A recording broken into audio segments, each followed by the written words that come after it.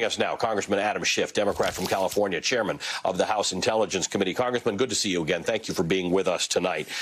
How do you evaluate this? There seems to be evidence all over the place about Mohammed bin Salman's involvement in this thing. It's what the intelligence community concluded. How do we get around this? Lots of people have been put on lists and sanctioned, but not Mohammed bin Salman.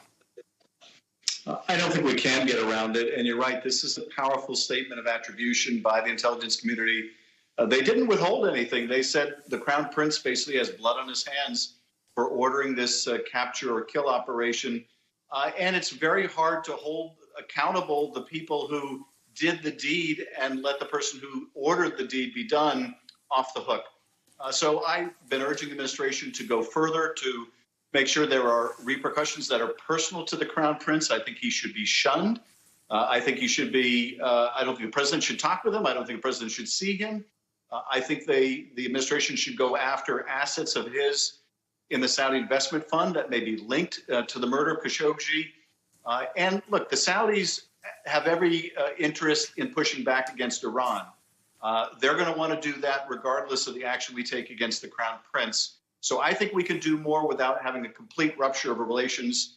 And I think we need to hold this man accountable.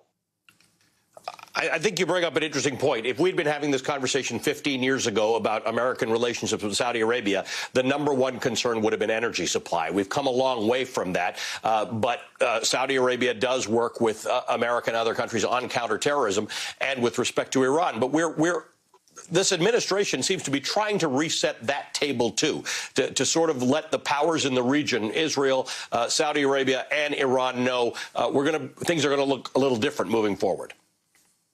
Absolutely. It's going to be unquestionably a very different relationship than it has been for the last 4 years, where Donald Trump gave the Crown Prince carte blanche, and as you point out, was even willing to help cover up for the murder of an American resident. Khashoggi was an American resident and journalist. So the relationship's going to be, already is, very different. It needs to be different, though, even from the administrations that preceded the last one. All of the interactions we've had with the Saudis in the last decade or decades have been entirely mixed.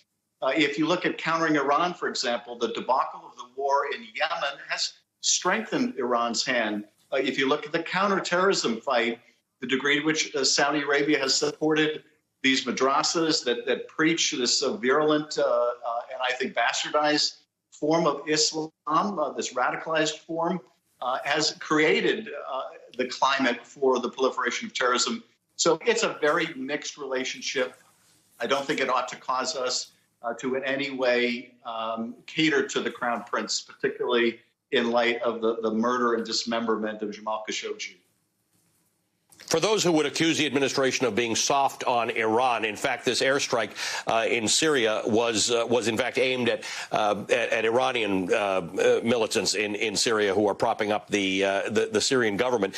You said earlier, it's quoted from a CNN article in which you called the airstrike, the warnings, the consultation you got, the notification, inadequate, and that you were looking into further legal justification behind the military action. Where do you stand on that tonight?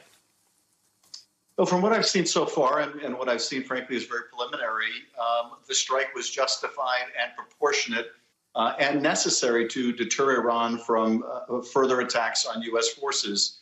But I do think that the consultation was very much inadequate. The notification was notification in form only. It wasn't effective notification. And so we are raising these issues with the administration.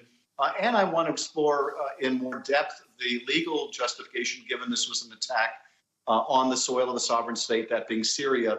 All that being said, though, from what I've seen so far, this was a proportionate response, and I think it was very important for the Biden administration to signal to Iran right out of the gate that it will not tolerate attacks on U.S. forces, and I think that message has been delivered.